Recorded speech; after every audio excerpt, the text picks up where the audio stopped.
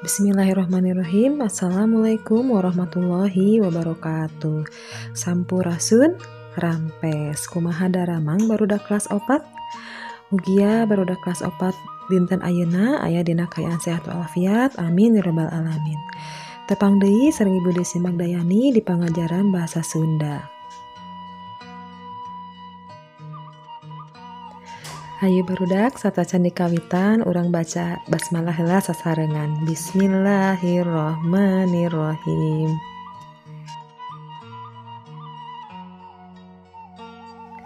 Kompetensi dasar dina tema 7 ngahontal cita-cita nyaeta 3.7 menggali teks narasi menggapai cita-cita dengan kata-katanya sendiri menjadi sebuah prosa tertulis.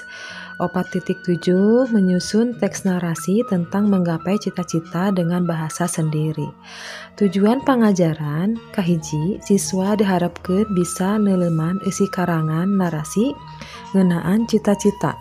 Anu kadua, siswa bisa nyieun teks narasi ngeunaan cita-cita. Anu katilu, siswa bisa nitenan undak usuk bahasa.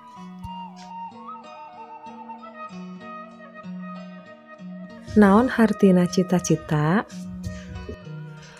Cita-cita mangrupakeun harepan hiji jalma dina kahirupan kahareupna. Unggal jalma mibanda cita-cita nu beda, tapi kadangkala aya nu sarua.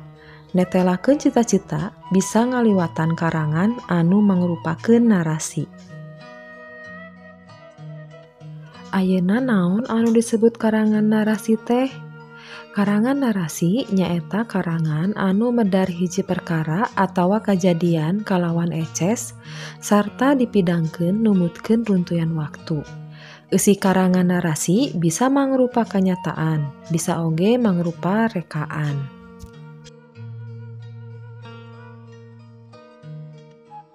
Unsur-unsur pawangun karangan narasi nyaeta kahiji palaku, kadua latar, katilu alur, kaopat amanat, kalima tema.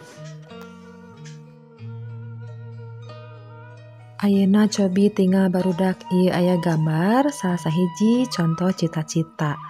Ayeuna ku ibu bade dibacakeun dina jenis karangan narasi. Cita-cita kuring. Ngaran kuring kakak. Lengkepna Raka Putra Permana. Karesep kuring main bal. Kuring sok main bal jeung sobat-sobat kuring, Fadli jeung Solih.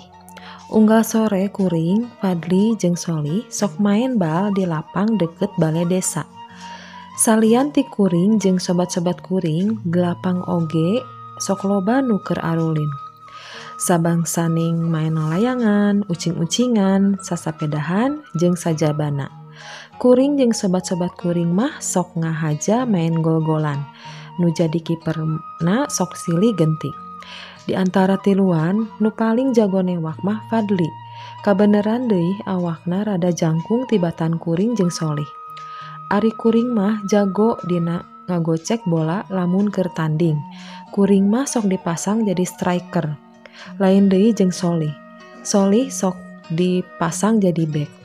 Kusabab karesep kuring Fadli jeung Solih sarua, kuring jeung sobat-sobat kuring mibanda cita-cita nu sarua. Nyaeta hayang jadi pamain bal profesional di timnas Indonesia.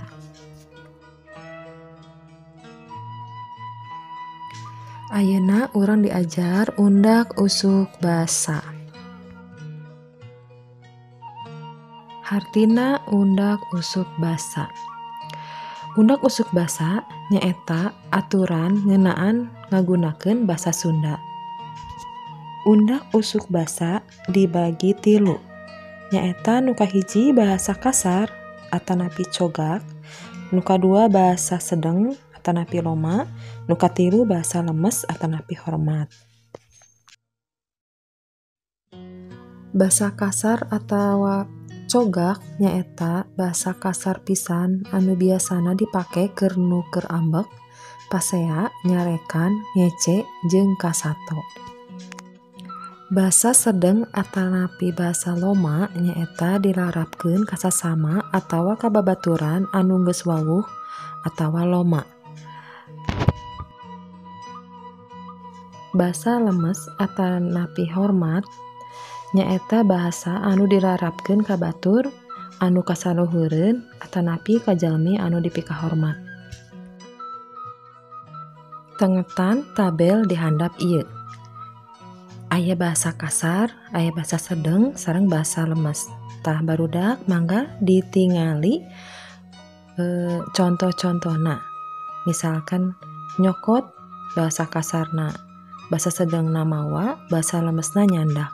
Dahar tanapi nyatu eta bahasa kasarna, bahasa sedengna neda, bahasa lemesna tuang. Tah sareng saterasna nya. Rupa-rupa cita-cita anu bisa dicontoh ku hidup. Sarjana nyaeta salah sahiji cita-cita umpama hidup geus lulus ti paguron.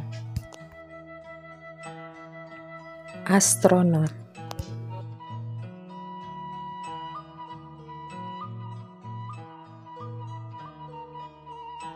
Dokter.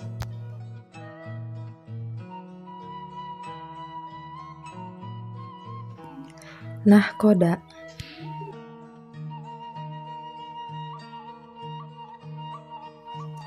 Atlet sepak bola.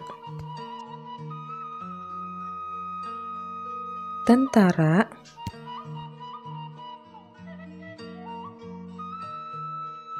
Atlet badminton. Pengusaha.